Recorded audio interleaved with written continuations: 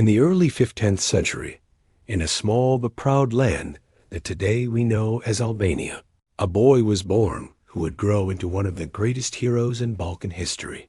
His name at birth was Gjergj Kastrioti, written in English as Gjon Kastrioti, but history remembers him by a different name, Skanderbeg, the warrior who stood against the mighty Ottoman Empire and became known as the Dragon of Albania. His story is filled with courage, betrayal, loyalty, faith, and leadership.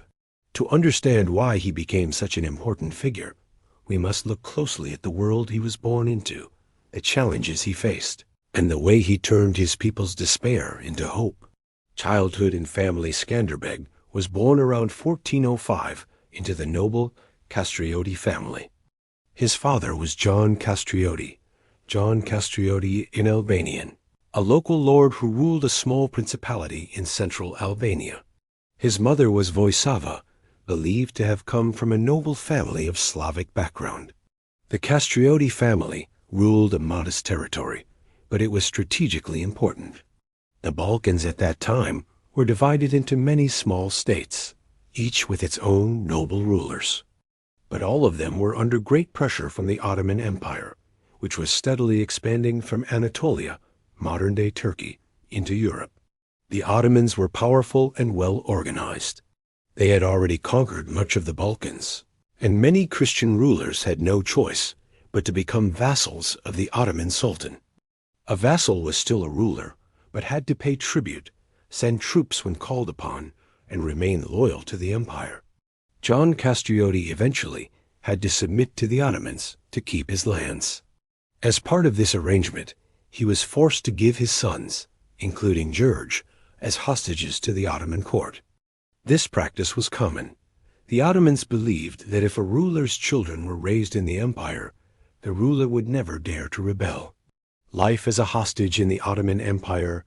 Gjergj Kastrioti was first taken to the Ottoman court in 1415, when he was just a boy. Later, in 1423, at around 18 years old, he was again sent to the empire. This time, his life changed forever. He was placed in the Edirne school, an elite academy in Adrianople, modern Edirne, Turkey, where future Ottoman leaders were trained. Here, Gjergj received a first-class education. He learned languages, administration, and above all, the art of war. He was trained in horsemanship, archery, sword fighting, and military strategy. During this time, he was converted to Islam and given a new name, İskender, the Turkish form of Alexander, honoring Alexander the Great, the famous conqueror. He was also given the title Bey, meaning Lord.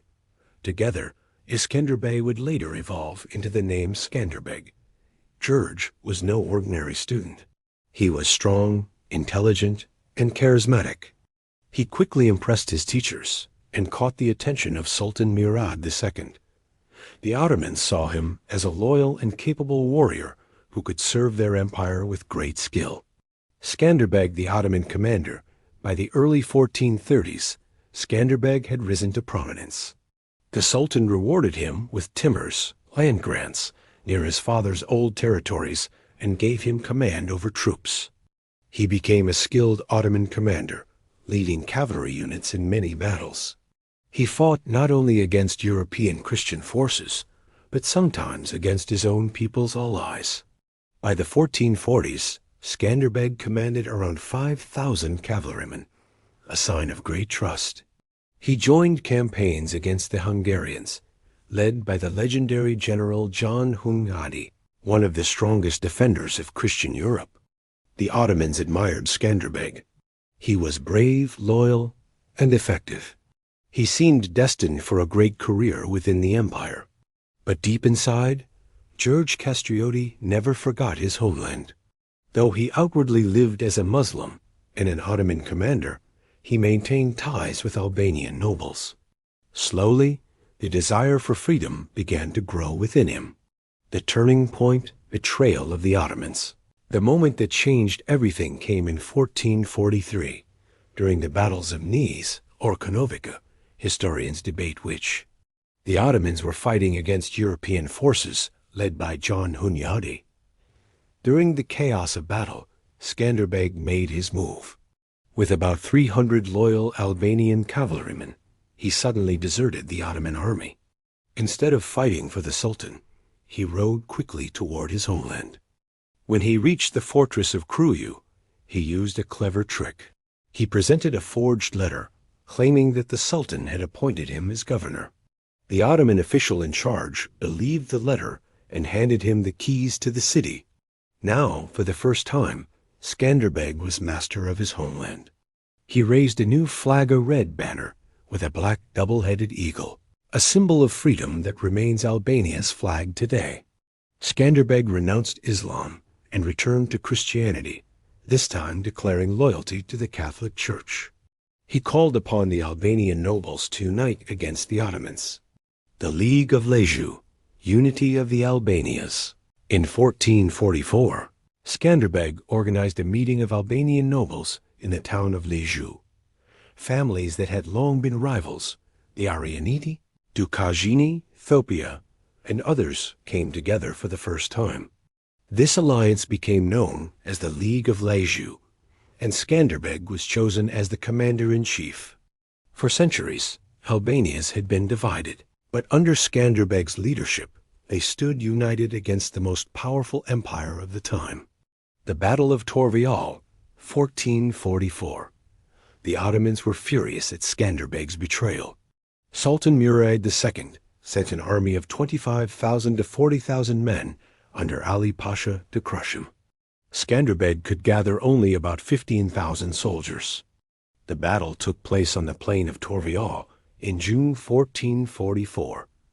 Though outnumbered, Skanderbeg showed his brilliance. He arranged his troops in a crescent formation and placed archers in front. He hid cavalry in the nearby forest. When the Ottomans attacked, the Albanians fought fiercely. At the right moment, Skanderbeg's hidden cavalry struck the enemy from behind, causing panic.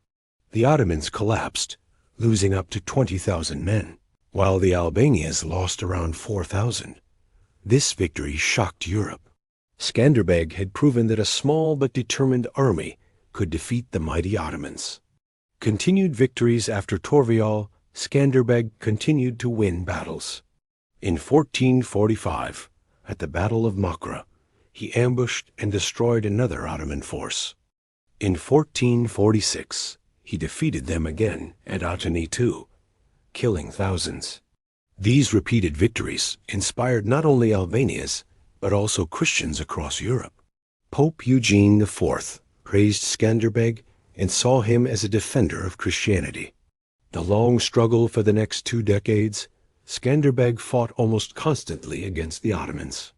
They sent army after army, sometimes numbering 40,000 or 60,000 men, but Skanderbeg, with only a fraction of that number, repeatedly defeated them using guerrilla tactics, ambushes, and clever strategies.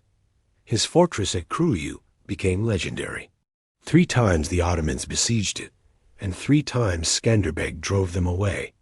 Even Sultan Mehmed II, known as Mehmed the Conqueror, who captured Constantinople in 1453, failed to defeat him. Skanderbeg also sought alliances with Europe. He worked with Venice, Naples, and the Papal States. Though European help was often limited, his struggle became a symbol of Christian resistance against Ottoman expansion. Leadership and character. What made Skanderbeg special was not only his military genius, but also his leadership. He inspired loyalty among Albanians, who were often divided by clan rivalries. He fought alongside his men, sharing in their hardships. He was strict but fair, deeply religious, and utterly committed to the freedom of his people. Stories about him spread across Europe. To Christians, he was a new Alexander the Great. To the Ottomans, he was a dangerous traitor and a thorn in their side. The final years, by the 1460s, Skanderbeg was still resisting, but the constant wars had drained Albania's strength. The Ottomans kept sending larger forces, while European support weakened. In 1468, Skanderbeg fell ill with fever while in the city of Lejë. On January 17, 1468, He died at the age of about 63.